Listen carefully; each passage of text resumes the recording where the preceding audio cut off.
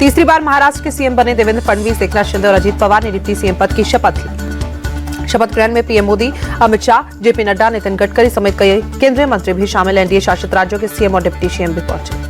फडणवीस के शपथ ग्रहण में वीवीआईपी मेहमानों का तांता लगा। अंबानी परिवार, सचिन तेंदुलकर, सलमान खान समेत बिजनेसमैन, खेल और बॉलीवुड से कई दिग्गज सितारे शामिल। शपथ ग्रहण में बड़ी तादाद में लाडली बहनों ने हिस्सा लिया। शपथ समारोह के लिए विशेष तौर पर न्योता दिया गया था। महायुति की जीत में लाडली बहना स्कीम का बड़ा हाथ। शपथ के बाद पीएम ने गवर्नर सीपी राधाकृष्णन और सीएम फडणवीस दोनों डिप्टी सीएम के साथ फोटो खिंचवाई। शपथ के बाद मंच पर मौजूद एनडीए शासित राज्यों के मुख्यमंत्रियों से भी मिले पीएम मोदी। बारी बारी से सबका अभिवादन किया। शपथ ग्रहण के बाद सीधे मंत्रालय गए सीएम फडणवीस और दोनों डिप्टी सीएम छत्रपति शिवाजी महाराज और अंबेडकर को श्रद्धांजलि दी। सीएम देवेंद्र फडणवीस का कार्यभार संभालने के बाद पहला फैसला बोन मैरो ट्रांसप्लांट के लिए 5 लाख की सीएम सहायता नीति को मंजूरी दी। पत्रकारों को संबोधित करते हुए सीएम फडणवीस बोले, मौजूदा सरकार में भले ही हमारा रोल बदल गया है, लेकिन हमारी दिशा और संबंध पहले जैसी रहेगी। सीएम फडणवीस बोले, मेरे शरद पवार, उद्धव और राज ठाकरे को शपथ ग्रहण में आने का न्योता दिया था, लेकिन नहीं आए। राजनीति में संवाद की जगह होनी चाहिए। सीएम फडणवीस ने गृह मंत्रालय में अपने पास रखने के संकेत दिए। कानून व्यवस्था में मैं ही संभालूंगा। गृह मंत्री को मैं गाली सुनने की पड़ती है। महाराष्ट्र डिप्टी सीएम पद की शपथ लेने के बाद कोलाबा गए एकनाथ शिंदे, बालासाहेब ठाकरे की मूर्ति पर माल्यार्पण किया। सीएम फडणवीस की पत्नी अमृता बोली, उन्होंने पहले भी जनता की सेवा की, आगे भी जनता की सेवा करेंगे। शिवसेना यूबीटी सांसद संजय राउत का बयान, महाराष्ट्र में शिंदे युग खत्म हो गया है, अब एकनाथ शिंदे कभी भी सीएम नहीं बनेंगे। संजय राउत ने आशंका जताई है, बीजेपी एकनाथ शिंदे की पार्टी को भी तोड़ सकती है। बीजेपी की हमेशा से यही नीति रही। शिवसेना यूबीटी सांसद प्रियंका चतुर्वेदी बोली, उम्मीद है सीएम देवेंद्र फडणवीस अपने किए वादों को पूरा करेंगे। झारखंड में मंत्रिमंडल का विस्तार, 11 विधायक मंत्री बनाए गए। गवर्नर संतोष गंगवार ने स्टीफन मरांडी को भी प्रो स्पीकर बनाकर शपथ दिलाई। जेएमएम कोटे से 6 विधायकों ने मंत्री पद की शपथ ली। हफीजुल हसन, रामदास सोरेन, योगेंद्र प्रसाद, दीपक बरुआ, सुदिव्या कुमार, चमरा लिंडा मंत्री बनाए गए। सोरेन मंत्रिमंडल में कांग्रेस के मात्र 4 विधायकों को जगह मिली है। शिल्पी नेहा तिर्की, दीपिका पांडे, सिंह राधाकृष्ण, किशोर और इरफान अंसारी ने मंत्री पद की शपथ ली। आरजेडी कोटे से मात्र 1 विधायक को झारखंड कैबिनेट में जगह मिली। संजय प्रसाद यादव मंत्री बनाए गए।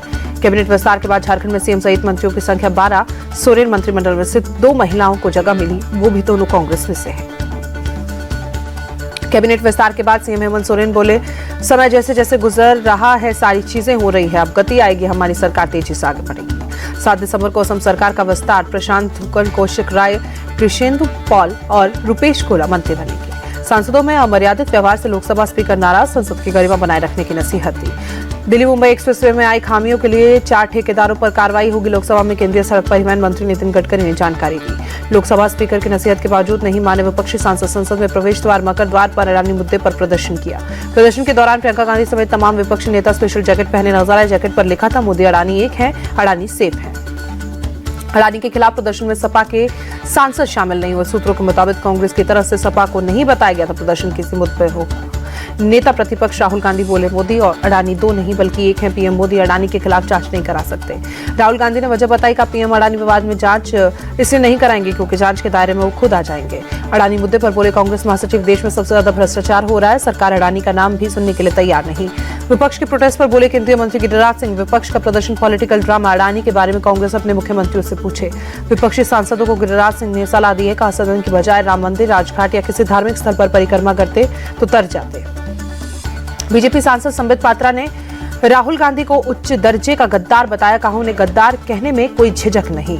संसद में विपक्ष के प्रदर्शन पर बीजेपी सांसद अरुण गोविल बोले, जो चल रहा है वो अच्छा नहीं।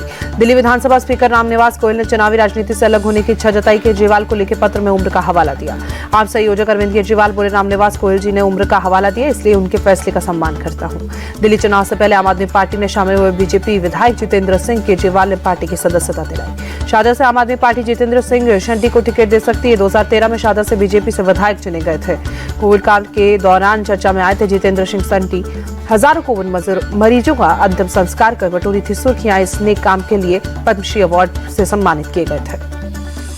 आप में शामिल होने के बाद बोले जितेंद्र सिंह शंटी, अरविंद केजरीवाल जीते तो लोगों की सेवा करते हैं और अब कोई मर जाता है तो उसकी सेवा मैं करता हूं। अब हम दोनों मिलकर जीने मरने तक लोगों का सम्मान करेंगे। अरविंद केजरीवाल ने जितेंद्र सिंह शंटी को असाधारण आदमी बताया, कहा कोई अच्छे दिल वाला इंसान ही मरे लोगों की चिंता करता है। राजस्थान कांग्रेस प्रभारी सुखजिंदर रंधावा, गोविंद सिंह डोटासरा, टीका राम जूली ने राहुल गांधी और प्रियंका गांधी से मुलाकात की। राजस्थान उपचुनाव के नतीजों समेत कई मुद्दों पर बात की। दिल्ली में भारत और चीन के बीच WMCC की 32वीं बैठक, LAC के हालात पर चर्चा। दिल्ली में आयोजित एक प्रोग्राम में बोले विदेश मंत्री एस जयशंकर, LAC के हालात के चलते पिछले 4.5 साल से चीन से हमारे रिश्ते अच्छे नहीं थे। दोनों देशों की पहल के चलते अब हालात बेहतर हुए। रेल मंत्री अश्विनी वैष्णव ने ट्रैक मेंटेनेंस करने वाली नई मशीन का निरीक्षण किया। कहा, रेलवे कर्मचारियों से बात कर नई मशीन बनाई गई। नई ट्रैक मेंटेनेंस मशीन सड़क और रेलवे ट्रैक दोनों जगहों पर चलेगी, लेकिन पुरानी मशीन सिर्फ रेलवे ट्रैक पर चलती रहेगी। यूपी पुलिस ने हिरासत में लिए 34 किसानों को जेल भेजा। रात में बिना अनुमति लिए 0 पॉइंट नोएडा से राष्ट्रीय दलित प्रेरणा स्थल जा रहे थे किसान। अंतरिक्ष में इसरो की एक और उड़ान। श्रीहरिकोटा के सतीश धवन अंतरिक्ष केंद्र से यूरोपियन स्पेस एजेंसी का प्रोबा 3 मिशन लॉन्च किया गया। इसरो के PSLV C-59 रॉकेट ने यूरोपियन स्पेस एजेंसी के प्रोबा 3 मिशन को पृथ्वी की तय कक्षा में सफलतापूर्वक स्थापित किया। सूर्य और सौर तूफानों की स्टडी करेगा प्रोबा 3 मशीन। न्यायमूर्ति मनमोहन सुप्रीम कोर्ट में जज बनाए गए। भारत के मुख्य न्यायाधीश संजीव खन्ना ने पद की शपथ दिलाई। दिल्ली हाईकोर्ट के चीफ जस्टिस थे। सुप्रीम कोर्ट में जजों की संख्या बढ़कर 33 हुई। सुप्रीम कोर्ट में CJI समेत जजों की कुल स्वीकृति संख्या 34। मकोका केस में आप विधायक नरेश बालियान को राहत नहीं मिली। कोर्ट ने विधायक को 1 दिन की न्यायिक हिरासत में भेजा। यूपी सरकार मदरसा अधिनियम में संशोधन करेगी। सुप्रीम कोर्ट के फैसले का होगा पालन। 12वीं कक्षा से आगे कामिल और फाजिल का प्रमाण पत्र देने वाले मदरसों की मान्यता रद्द होगी।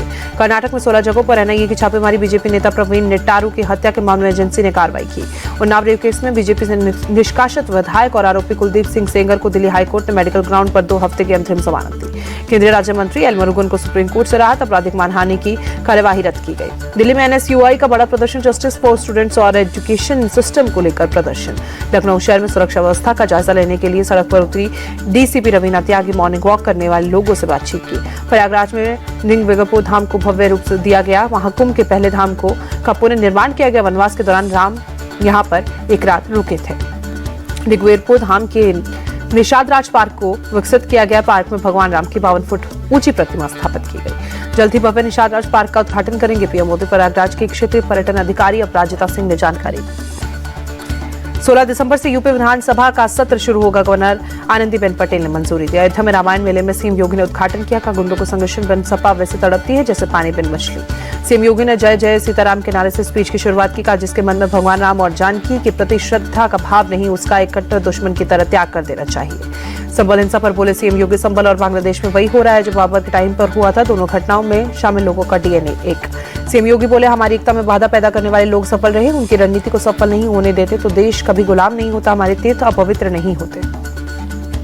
सीएम योगी के बयान पर अखिलेश यादव का पलटवार। कहा, हम सब DNA जांच के लिए तैयार। मुख्यमंत्री भी अपनी DNA की जांच कराए। अखिलेश बोले, मुख्यमंत्री को DNA की बात शोभा नहीं देती है। एक संत एक योगी होकर भगवा कपड़े पहनने के बाद इस तरह की बात नहीं करनी चाहिए। सपा सांसद धर्मेंद्र यादव का सीएम योगी पर अटैक। कहा, योगी जी राम के नहीं, यह अयोध्या की जनता ने बता दिया।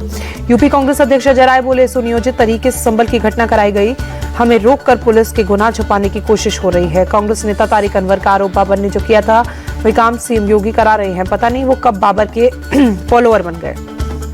कैराना से सांसद इकरा हसन बोली, सीएम योगी ने एक कम्युनिटी को टारगेट करके टिप्पणी की है, ये संविधान के खिलाफ है। संबल हिंसा पर बोली सपा सांसद डिंपल यादव, यूपी में सौहार्द बिगाड़ने की कोशिश। जम्मू कश्मीर के सीएम उमर अब्दुल्ला का आरोप, कहा सुनियोजित साजिश के तहत मस्जिदों को निशाना बनाया जा रहा है। उमर अब्दुल्ला का बीजेपी पर अटैक। कहा, हमें आपका तुष्टीकरण नहीं चाहिए, लेकिन हमें निशाना भी मत बनाइए। हमारी मस्जिदों पर हमला करके हमें पीड़ित मत कीजिए। संबल में हिंसा वाली जगह पर लगातार तीसरे दिन तलाशी अभियान चलाया गया। फोरेंसिक टीम को 3 कारतूस मिले। अकाली नेता सुखबीर सिंह बादल ने श्री केशगढ़ साई गुरुद्वारे में सेवादारी की। अकाल तख्त ने धार्मिक सजा सुनाई है। श्री केशगढ़ साई गुरुद्वारे की सुरक्षा बढ़ाई गई। श्रद्धालु की हो रही सघन चेकिंग। कल स्वर्ण मंदिर में सुखबीर बादल पर हुआ था हमला। सुखबीर बादल पर फायरिंग करने वाले नारायण सिंह चोड़ा की कोर्ट में पेशी हुई। कोर्ट ने 3 दिन की पुलिस हिरासत में भेजा। 8 से 16 दिसंबर तक मध्य प्रदेश में पल्स पोलियो अभियान चलेगा, सीएम मोहन यादव ने जानकारी दी। मध्य प्रदेश के मंत्री प्रहलाद सिंह पटेल ने संबल योजना की तारीफ की। कहा, सीएम मोहन यादव ने जारी की 225 करोड़ रुपए की राशि। छत्तीसगढ़ का बस्तर और कोंडागांव नक्सल मुक्त हुआ। अन्य क्षेत्रों में भी अभियान जारी। 14 दिसंबर से 3 दिन के दौरे पर छत्तीसगढ़ जाएंगे गृह मंत्री अमित शाह। सुरक्षा के हालात की समीक्षा करेंगे। ओडिशा में आलू का संकट गहराया। मंत्री केसी पात्रा ने पश्चिम बंगाल की सीएम ममता को जिम्मेदार ठहराया। जम्मू कश्मीर के कुलगाम में आतंकियों के 2 मददगार पकड़े गए। 2 AK-47 समेत कई हथियार बरामद। बांग्लादेश हिंसा पर बोले बंगाल बीजेपी नेता शुभेंदु अधिकारी, कट्टरपंथी अपना एजेंडा लागू करने की कोशिश कर रहे हैं। चीन के शेनजेन शहर में रेलवे निर्माण स्थल पर जमीन धंसी, 13 श्रमिक लापता। भारत के मुख्य आर्थिक सलाहकार का बयान, चालू वित्त वर्ष में जीडीपी 6.5 से 6.7% तक की वृद्धि में संभव। नए साल से हुंडई की कारें 25,000 रुपए तक महंगी हो जाएंगी। कंपनी ने लागत में बढ़ोतरी के चलते कीमतें बढ़ाने का ऐलान किया। पीएम मोदी ने पुरुष जूनियर एशिया कप जीतने पर भारतीय हॉकी टीम की सराहना की। पीएम ने कहा, हमें अपनी हॉकी चैंपियंस पर गर्व है। कल से एरियल में शुरू होगा भारत और ऑस्ट्रेलिया के बीच 5 मैचों की सीरीज का दूसरा टेस्ट। भारतीय समय अनुसार सुबह 9:30 बजे मैच शुरू होगा। भारतीय कप्तान रोहित शर्मा बोले, दूसरे टेस्ट में ओपनिंग करेंगे केएल राहुल। मिडिल ऑर्डर में बैटिंग करने के लिए मैं तैयार हूँ। एडिलेड टेस्ट जीतने के लिए रोहित शर्मा ने हुंकार भरी, कहा पिछली बार की हार का हिसाब बराबर होगा। ऑस्ट्रेलियाई कप्तान पैट कमिंस का बयान, टीम में आधे से ज्यादा खिलाड़ियों ने नहीं जीती बॉर्डर गावस्कर ट्रॉफी। इस बार ट्रॉफी जीतना टारगेट। ब्रिस्बेन में ऑस्ट्रेलिया के खिलाफ भारतीय महिला क्रिकेट टीम की करारी हार। पहले वनडे में 5 विकेट से ऑस्ट्रेलिया ने हराया। भारतीय टीम मात्र 100 रन पर ढेर। ऑस्ट्रेलिया में गेंदबाज मेगन स्टक ने 19 रन देकर 5 खिलाड़ियों को आउट किया। भारतीय बल्लेबाज जेमिमा रोड्रिग्स ने सबसे ज्यादा 23 रन बनाए और कप्तान हरमनप्रीत मात्र 17 रन पर आउट हो गए।